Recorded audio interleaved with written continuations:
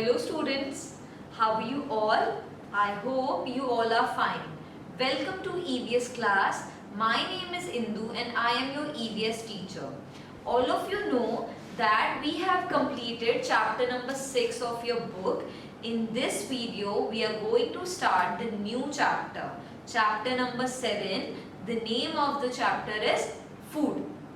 एक बार जब ये पूरा चैप्टर कंप्लीट हो जाएगा तो आपको कुछ नई नई चीज़ें सीखने को मिलेंगी.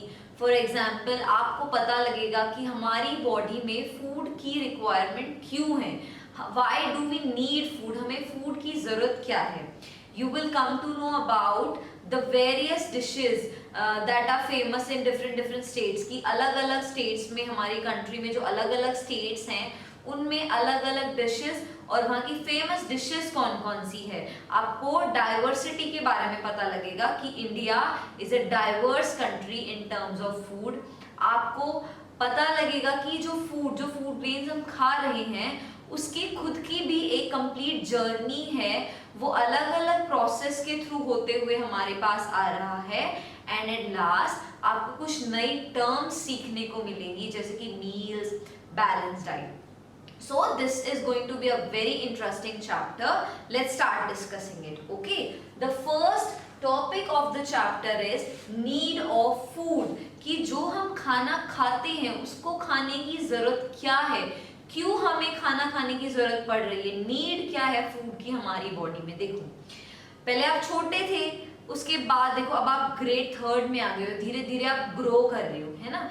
तो ग्रोथ के लिए आपने देखा होगा, आप अपनी पुरानी फोटोज देखते हो उसमें आप छोटे बेबी थे, बट अब आप थोड़े ग्रोन अप हो गए हो. आपकी जो हाइट है वो भी धीरे धीरे ग्रो हो रही है, आप बड़े हो रहे हो. सो फूड की जरूरत है ग्रोथ में. हमारी बॉडी को ग्रो करने के लिए फूड की नीड है. सो ग्रोथ के लिए. सेकेंड, टू लिव, सर्वाइव करने के लिए, जिंदा रहने के लिए मतलब हमारी बॉडी के अंदर कुछ फंक्शंस होते हैं. हमारी बॉडी हमेशा वर्क कर रही होती है और उन वर्क को करवाने के लिए, उन प्रोसेसेस को हमेशा कंटिन्यूअस रखने के लिए हमें फूड की जरूरत होती है. So to live, for growth and last to work. आप देखते हैं डेली बेसिस पे बहुत सारी एक्टिविटीज़ परफॉर्म करते हैं. फॉर एग्जांपल हम प्ले करते हैं, स्टडी करते हैं, समटाइम्स वी वॉक. तो ये जो छोटी छोटी डेली बेसिस की एक्टिविटीज़ हैं, जो ये हम काम करते हैं, इनको परफॉर्म करने के लिए हमें एनर्जी चाहिए. और वो एनर्जी हमें कहाँ से मिल रही है, जो खाना हम खाते हैं वहाँ से वो एनर्जी हमें मिल रही है. सो हमें 3 बेसिक प्रोसेसेस के लिए जो हमें फूड की नीड होती है, विच आर कि to live we need food. For growth जैसे हमारी हाइट बढ़ रही है उसके लिए हमें फूड चाहिए बॉडी ग्रोथ के लिए. एंड लास्ट मैंने यहाँ पे आपको ऑलरेडी मेंशन किया, to live, grow and to do various works. जो भी हम डेली बेसिस पे काम करते हैं उनको परफॉर्म करने के लिए जो एनर्जी आ रही है वो हमें किससे मिल रही है, फूड.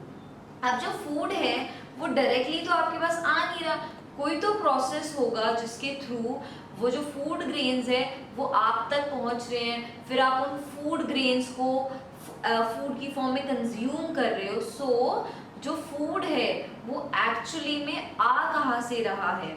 आप देखते हो आपके आसपास बहुत सारे फार्मर्स हैं, किसान हैं, वो बहुत सारी फसलें उगाते हैं, क्रॉप्स ग्रो करते हैं.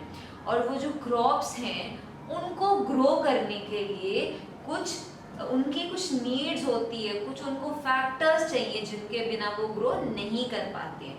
सो जो ये अलग अलग क्रॉप्स है, फॉर एग्जांपल वीट, राइस, मेज, ये जो क्रॉप्स हैं इनको ग्रो करने के लिए बेसिकली 2 चीज़ों की नीड होती है. द फर्स्ट इज क्लाइमेट, कि जहाँ पे आप इनको ग्रो कर रहे हो वहाँ का मौसम, वहाँ की जलवायु ज़्यादातर कैसी रहती है. चलो मैं आपको ना एक एग्जांपल देती हूँ. सपोज आप वीट ग्रो कर रहे हो, आप गेहूं उगा रहे हो और उसको अपनी ग्रोथ के लिए थोड़ा सा गर्म मौसम चाहिए, थोड़ा सा हाई टेम्परेचर चाहिए, लेकिन आपने उसको ऐसी जगह पे ग्रो कर दिया है जहाँ पे हमेशा ठंड रहती है. अब आप खुद सोचो कि क्या वो ग्रो कर पाएंगे. नो, वो वहां पे ग्रो नहीं करेगी वो क्रॉप, क्योंकि हर क्रॉप को ग्रो करने के लिए एक पर्टिकुलर क्लाइमेट चाहिए, एक पर्टिकुलर क्लाइमेट चाहिए, टेम्परेचर चाहिए, और अगर उसको वो क्लाइमेट नहीं मिला, अगर उसको वैसी जलवायु, वैसा मौसम नहीं मिला, तो वो ग्रो नहीं करती है। मौसम के साथ साथ उसको एक और चीज चाहिए जो कि उसकी ग्रोथ के लिए बहुत इंपॉर्टेंट है, वो है सॉइल, कि उसको किस टाइप की सॉइल में आप ग्रो करोगे तभी उसकी ग्रोथ हमेशा चलती रहेगी। अगर उसको सपोज आप एक प्लांट ग्रो कर रहे हो जिसको क्लेई सॉइल चाहिए, थोड़ी चिकनी मिट्टी चाहिए, लेकिन आपने उसको ग्रो किस में कर दिया है, सैंडी सॉइल में, जो रेतीली मिट्टी होती है, अगर आपने उसमें ग्रो कर दिया तो आपको लगता है कि वो प्लांट ग्रो करेगा? नहीं। तो प्लांट ग्रोथ के लिए जो क्रॉप्स है उनको ग्रो करने के लिए क्लाइमेट और सॉइल बहुत इंपॉर्टेंट है। जब क्रॉप्स को ये दोनों चीजें मिल जाती हैं तो उसके बाद हमें फूड ग्रेन्स मिलते हैं, और वो भी अबंडेंस में, बहुत सारा फूड ग्रेन आपको मिलता है, और उससे उसको आप फूड की फॉर्म में कंज्यूम करते हो। सो ये एक पूरा प्रोसेस है कि फाइनली फूड आपके पास कैसे आ रहा है और आप उसको क्यों कंज्यूम कर रहे हो, क्यों आपकी बॉडी को फूड की नीड है। इसके बाद जो आपकी बुक में नेक्स्ट टॉपिक है वो है diversity in food in India. We live in India, हमारी कंट्री का नेम इंडिया है, और यहाँ पे फर्स्ट वर्ड है डाइवर्सिटी। डाइवर्सिटी का मतलब क्या होता है?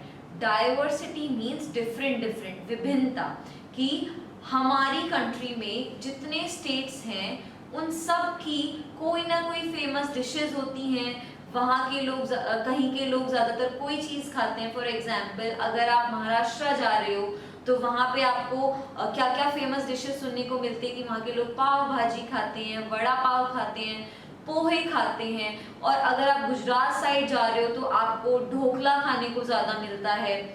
और सिमिलरली जब आप साउथ साइड जा रहे हो तो वहाँ पे सांभर, इडली, डोसा, ये सारे डिशेस फेमस है। अगर आप किसी और जगह, अगर आप किसी और पार्ट में ट्रैवल कर रहे हो तो वहाँ पे सपोज आप ईस्टर्न साइड चले गए, वेस्ट बंगाल साइड चले गए, तो वहाँ पे आपको अलग अलग और डिशेस सुनने को मिलती है। सो डिफरेंट कि अलग अलग स्टेट्स में अलग अलग डिशेस फेमस है। So different means diversity.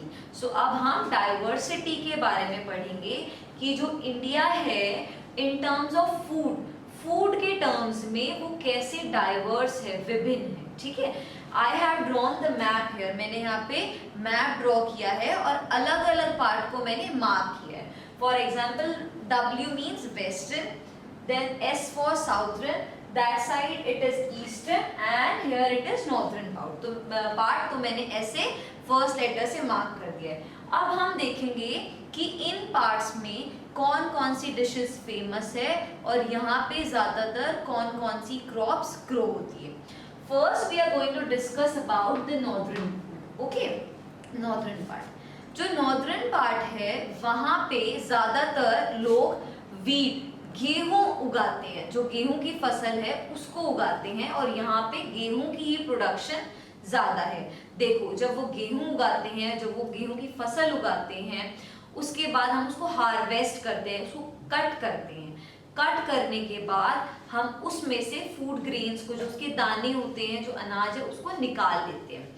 उसको निकालने के बाद हम उसको ग्राइंडिंग के लिए भेजते हैं, पीसने के लिए भेजते हैं, और पीसने के बाद जो गेहूं है उससे क्या बन जाता है, आटा, व्हीट फ्लोर बन रहा है। फिर उससे हम चपातीज बनाते हैं, और उन चपातीज को हम डिफरेंट वेजिटेबल्स, पल्सेस, जो दाल, जो सब्जियां हैं, उनके साथ खाते हैं।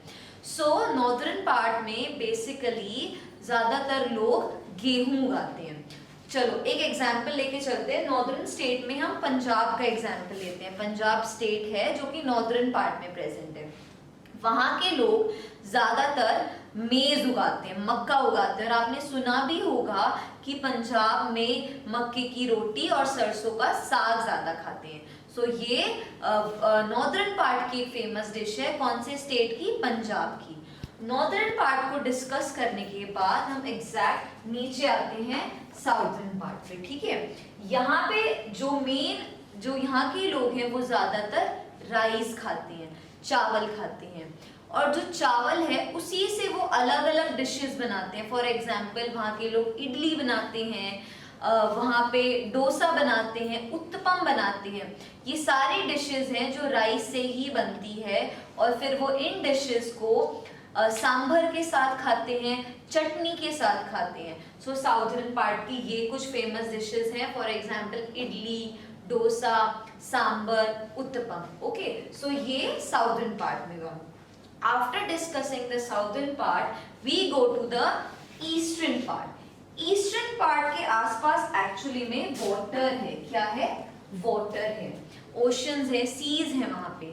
क्योंकि वहाँ पे water है आसपास, तो जो ईस्टर्न साइड के लोग हैं वो ज़्यादातर सी फूड खाते हैं। For example fishes, prawns, crabs. क्योंकि पानी है आसपास तो वहाँ के लोग ज़्यादातर सी फूड खाते हैं और सी फूड से बनी हुई डिशेस खाते हैं। फॉर एग्जाम्पल वो फिश करी खाते हैं और उसके साथ वो ज़्यादातर राइस प्रेफर करते हैं। वहाँ के लोग भी ज़्यादातर चावल खाते हैं।